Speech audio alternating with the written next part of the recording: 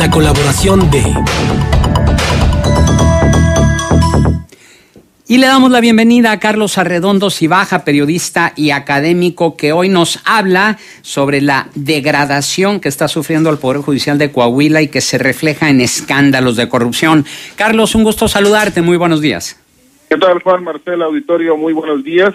En efecto, el Poder Judicial es, de acuerdo con el sistema de división de poderes, el garante del respeto a las normas constitucionales y legales. Es decir, debe funcionar como un dique de contención a los excesos que pudieran registrarse en el ejercicio del poder público o en la actuación de particulares, a fin de que la sociedad esté permanentemente regida por eso que se conoce como Estado de Derecho. La fórmula teórica sin duda es adecuada y deseable, pero pierde todo su significado cuando los actos materiales de quienes tienen a su cargo las instituciones públicas se registran de espaldas a todo lo deseable. Un buen ejemplo de esto es lo que ocurre en el Poder Judicial de Coahuila, una institución que en los últimos años se ha caracterizado por los escándalos que huelen a todo menos a honestidad en el ejercicio de sus funciones.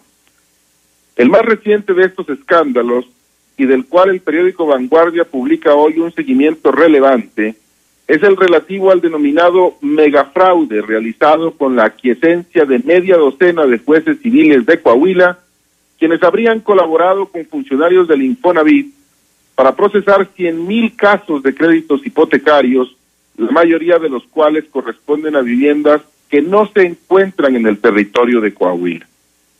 El Poder Judicial ha informado ya desde mediados de diciembre pasado que ha abierto una investigación en contra de 18 funcionarios judiciales, 6 de ellos jueces, pero lo relevante aquí es preguntarse cómo uno de los poderes de nuestra entidad se convirtió en el campeón de la defraudación de la ley a nivel nacional, pues el día de ayer la nueva administración del Infonavit dio a conocer que de todos los juicios hipotecarios promovidos por esa dependencia en forma irregular en el país, casi el 40% se radicaron en Coahuila.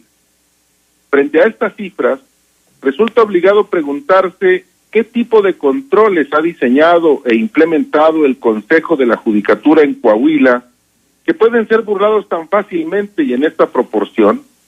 ¿Qué clase de código ético promueve y hace cumplir el Poder Judicial a sus miembros que tan fácilmente se involucran en hechos presuntamente ilícitos y además a gran escala? Valdría la pena conocer una respuesta por parte de quienes integran el Tribunal Superior de Justicia de la entidad, pero a partir de los hechos que se tienen a la vista, es posible adelantar una hipótesis. Escándalos como este se fraguan en el Poder Judicial de nuestro Estado porque existe una conducta permisiva y un escaso, por no decir nulo, compromiso con la más elemental decencia. Y esto puede decirse porque el caso de los juicios irregulares del Infonavit no es el único que lo evidencia. Hace unos días, y lo comentamos en este mismo espacio, quedó al descubierto cómo pareciera existir una estrategia para proteger a Javier Villarreal Hernández, el ex todopoderoso funcionario de la administración de Humberto Moreira, una estrategia impulsada desde el mismo Poder Judicial que implica ocultar información pública sobre los juicios que se le siguen en un juzgado penal de Saltillo. Habría que recordar también el caso de Ficrea, episodio que puso al descubierto cómo a los funcionarios judiciales de nuestra entidad les gusta apostar el dinero público en la especulación financiera y ello implicó la pérdida de 126 millones de pesos de recursos que ni siquiera son del Poder Judicial, y eso no ha sido suficiente para que un solo funcionario del Poder Judicial sea sometido a proceso. Parece evidente, pues, que este poder, teóricamente garante del Estado de Derecho, lejos de considerarse en esta posición y asumirse como promotor de la cultura de la legalidad, parece determinado a instalarse como uno de los principales exponentes de la cultura opuesta, es decir, la de la impunidad. Hasta aquí el comentario. Pues sí, Carlos, y de hecho hoy la columna Politicón de Vanguardia hace referencia al tema que tú abordas y dice: como dice Juan Pueblo, el miedo no anda en burro. la jueza Carlota Yadira Velázquez, la misma que está acusada de litigación indebida al asesorar a una de las partes en un juicio en la que ella era la juzgadora, está buscando ampararse en el Juzgado Segundo de Distrito contra acciones del Consejo de la Judicatura, que ya ordenó abrirle un procedimiento del que lo último que se supo fue que no se le había podido notificar a la señalada, pues metía incapacidad tras incapacidad. La magistrada Miriam Cárdenas está buscando meter orden en esto, y de amparos hablando, en la última sesión de la Judicatura llevada a cabo la semana pasada, a los consejeros de ese órgano disciplinario de la actividad jurisdiccional se les informó que la mayoría de los 6 jueces y 12 secretarios de acuerdo y trámite involucrados en el caso de los fraudes con créditos hipotecarios del Infonavit, del que hacía referencia Carlos, también habían buscado ampararse, pero que, excepto en un caso, se les negó la protección federal. Es lo que dice la columna de Vanguardia.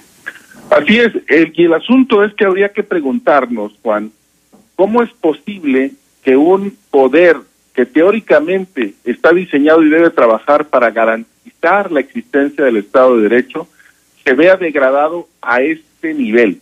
Porque habría que ver los números y creo que es importante destacarlos. El Infonavit informó ayer que se han registrado en todo el país, ellos han detectado en todo el país 259,906 créditos que han sido judicializados a través de este esquema de juicios masivos. 259,000 en todo el país, Juan. De esos 259,000, 100,000 se habrían procesado en Coahuila.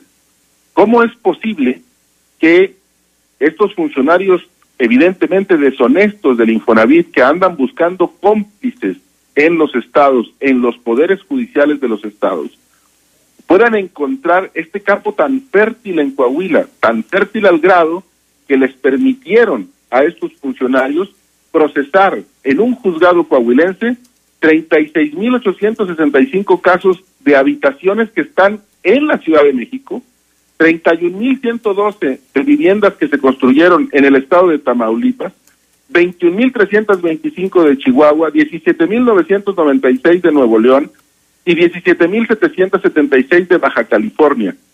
Estos números, Juan, vale la pena destacarlo, implican que de los 100,000 casos que se procesaron en Coahuila, el menor número corresponden a viviendas que efectivamente se construyeron en Coahuila, apenas 16,489.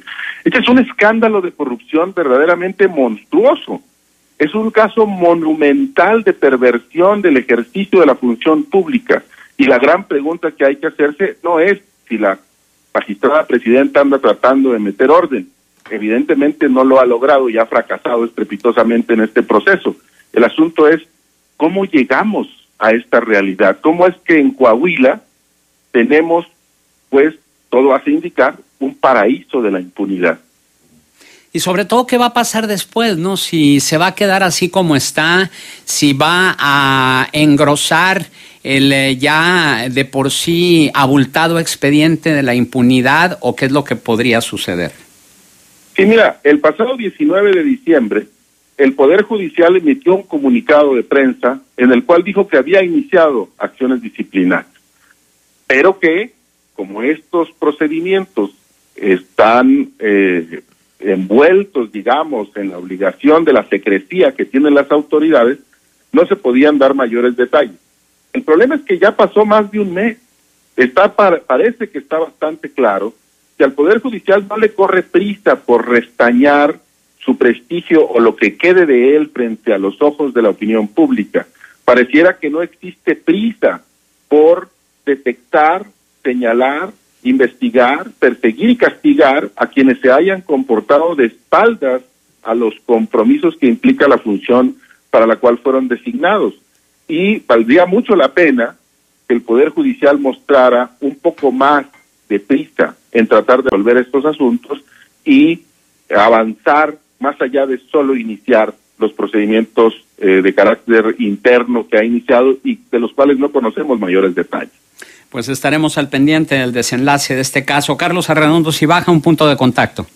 Me pueden encontrar en Twitter como @Cibaja3 y en Facebook como Carlos Alberto Arredondo. Gracias, Carlos. Muy buenos días.